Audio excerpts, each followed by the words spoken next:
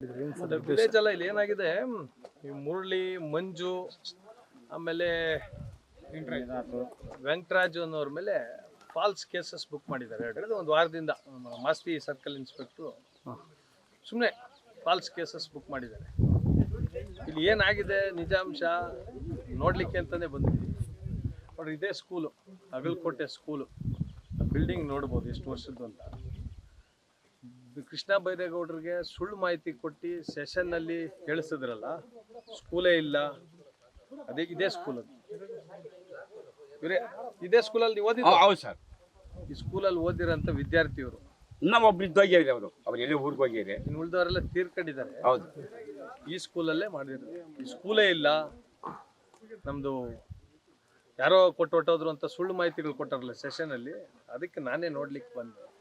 ಆಮೇಲೆ ಏನಾಗಿದೆ ಅಂದರೆ, ಸುತ್ತು ಎಲ್ಲ ರಾಜಕಾಲುವೆಗಳು, ಕಾಲ್ದಾರಿಗಳು 8-10 ಇದೆಲ್ಲ ಕಾಂಪೌಂಡ್ ಹಾಕೊಬಿಟ್ಟಾರೆ ಎಕ್ಸಸ್ ಆಗಿ.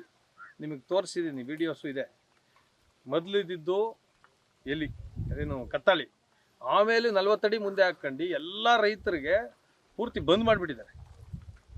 ಇವ್ರೇನಾರ ಸರ್ವೆ ಮಾಡಿಸಿ ಇವ್ರಿಗೇನಾರ ನೋಟಿಸ್ ಕೊಟ್ಟು ಕಾಂಪೌಂಡ್ ಹಾಕೊಂಡ್ರ?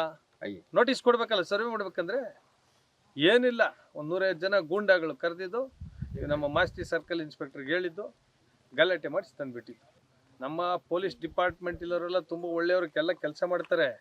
ಇವ್ರ್ಯಾರೋ ಒಬ್ಬ ಸರ್ಕಲ್ ಇನ್ಸ್ಪೆಕ್ಟರ್ ಬಂದು ಈ ಥರ ಮಾಡ್ತಾ ಇರೋದೆಲ್ಲ.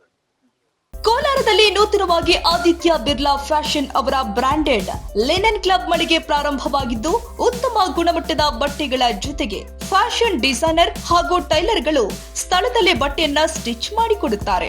ಹಾಗಿದ್ರೆ ಹಿಂದೆ ಭೇಟಿ ಕೊಡಿ. ವಿಳಾಸ: ಭೈರೇಗೌಡ ನಗರ, ಬೆಮ್ಮಲ್ ಲೇಔಟ್, ಕೋಲಾರ ಬಂಗಾರಪೇಟೆ ಮುಖ್ಯ ರಸ್ತೆ, ಕೋಲಾರ ಟೌನ್. ದೊಡ್ಡ ಮಟ್ಟದಲ್ಲಿ ವ್ಯವಹಾರಗಳು ಮಾಡ್ಕೊಂಡು ರೈತರನ್ನ ಹೆಂಡತಿ ಅಮ್ಮ ಏನಂತ ಮತ್ತನ್ನೋದು ಇದು ಕರ್ಸಿ ಏನೋ ಅರ್ಜಿ ಕೊಟ್ಟಿದ್ದಕ್ಕೆ ಸ್ಕೂಲ್ಗೆ ಜಮೀನು ಉಳಿಸಕ್ಕೆ. ಇದು ಸೀದಾ ಹೋಮ್ ಮಿನಿಸ್ಟ್ರಿಗೆ ಹೋಗ್ತೀನಿ, ನಾನು ಇಲ್ಲೇ ಕೂತ್ಕೊಬಿಡ್ತೀನಿ ತಾಲೂಕು ಆಫೀಸ್ ಮುಂದೆ. ಇದು ಮುಗಿಯೋ ತನಕನೂ ಎಲ್ಲೂ ಹೋಗಲ್ಲ ನಾನು. ನನ್ನ ಜೊತೆ ಎಷ್ಟು ಸಾವಿರ ಜನ ಕೂತ್ಕೊತಾರೆ. ಆಮೇಲೆ ನೋಡೋಣ.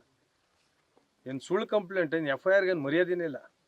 ಇವರು ಹೋಗಿ ಕೊಟ್ಟಿದ್ದಾರೆ, ಅವರೇ ಕಟ್ ಮಾಡೋದು. ಯಾರ್ಯಾರು ಅರ್ಜಿ ಕೊಟ್ಟಿದ್ದಾರೆ ಬರೀ ಅವ್ರನ್ನೇ ಟಾರ್ಗೆಟ್ ಮಾಡೋದು. ಸ್ಕೂಲ್ ಬಗ್ಗೆ ಅರ್ಜಿ ಯಾರು ಕೊಟ್ಟಿದ್ದಾರೆ ಅವ್ರಿಗೆ ಮಾತ್ರ ಟಾರ್ಗೆಟ್ ಮಾಡೋದು. ಇದಕ್ಕಿಂತ ಸಾಕ್ಷಿ ಆಮೇಲೆ ಇವ್ರದ್ದೆಲ್ಲ ಇದೆ. ಇದನ್ನೆಲ್ಲ ಮುಚ್ಚಿ ದೊಡ್ಡ ಮಟ್ಟದಲ್ಲಿ 51 ಎಕರೆ ಪ್ಲಸ್ 31 ಎಕರೆ ಗುಂಡ್ತೋಪು, ರಾಜ ಕಾಲುವೆಗಳು, ದಾರಿ ಎಲ್ಲ ಸೇರಿದ್ರೆ ಒಟ್ಟು 80 ಎಕರೆ ಲೂಟಿ ಮಾಡೋ ಹುನ್ನಾರ ಇದೆ. ಗ್ರಾಮ ಟಾರೆ ಬೇರೆ 7 ಎಕರೆ, 7.5 ಎಕರೆ ಸ್ಮಶಾನ, ಕೆರೆಗಳೆಲ್ಲ ಮಾರ್ಕೇಶನ್ ಇಲ್ಲ. ಅವ್ರವ್ರೆ ಕೆರೆನೂ ಸೇರಿ ಕಾಂಪೌಂಡ್ ಹಾಕೊಬಿಟ್ಟಾರೆ. ಕೇಳಿದ್ರೆ ಪೊಲೀಸ್ ಕೈಲಿ ಕಂಪ್ಲೇಂಟ್ ಕೊಡ್ಸಿ. ನೀವು ನೋಡಿದಿರಲ್ಲ ಕಾಂಪೌಂಡ್ ಎಲ್ಲ ಹಾಕೋರೆ. ಈಗ ಪೊಲೀಸ್ ಅವರು ಬಂದವ್ರೆ, ಅವ್ರನ್ನು ಕರ್ಕೊಂಡೋಗಿ ತೋರ್ಸೋಣ. ಈ ಹೊಸದಾಗಿ ಸರ್ಕಲ್ ಇನ್ಸ್ಪೆಕ್ಟರ್ ಮಾಸ್ತಿ ಓಂ ಪ್ರಕಾಶ್ ಗೌಡ ಬಂದ ಮೇಲೆ ಇವೆಲ್ಲ ತರಳೆಗಳು ಓಪನ್. ಒಂಥರ ಈ ಪ್ರೀ ಇಂಡಿಪೆಂಡೆನ್ಸ್ ಟೈಮಲ್ಲಿ ನಡೀತಾ ಇತ್ತಲ್ಲ ಹಂಗೆ. ಅಮ್ಮ ಹೆಂಡ್ತಿ, ಯಾಕಪ್ಪ ನಿಮ್ಗಿಲ್ವ ಅಮ್ಮ ಹೆಂಡ್ತಿ? ಕರೆದು ಸ್ಟೇಷನ್ ಕರೆದು ಹೆಂಡ್ತಿ ಅಮ್ಮ ಅನ್ನೋದ ಅಮಾಯಕರನ್ನ ಸುಳ್ಳು ಕೇಸ್ ಹಾಕೋದು. ಕೇಸ್ ಹಾಕ್ಬಿಟ್ಟು ಹೇಳ್ತಾರಂತೆ. ಏನು ಹೇಳ್ತಾರೆ? ಇಲ್ಲಿ ಏನು ಹೇಳ್ತಾರೆ ನಿನಗೆ? ಇದು ನಿನ್ನ ಮೇಲೆ ಬರ್ತದೆ. ಸುಮ್ಮನೆ ಹಾಕೋದಲ್ಲ, ಆಗಿಗಂದ ಮಾಡಿರೋದು ನಿಜನೇ.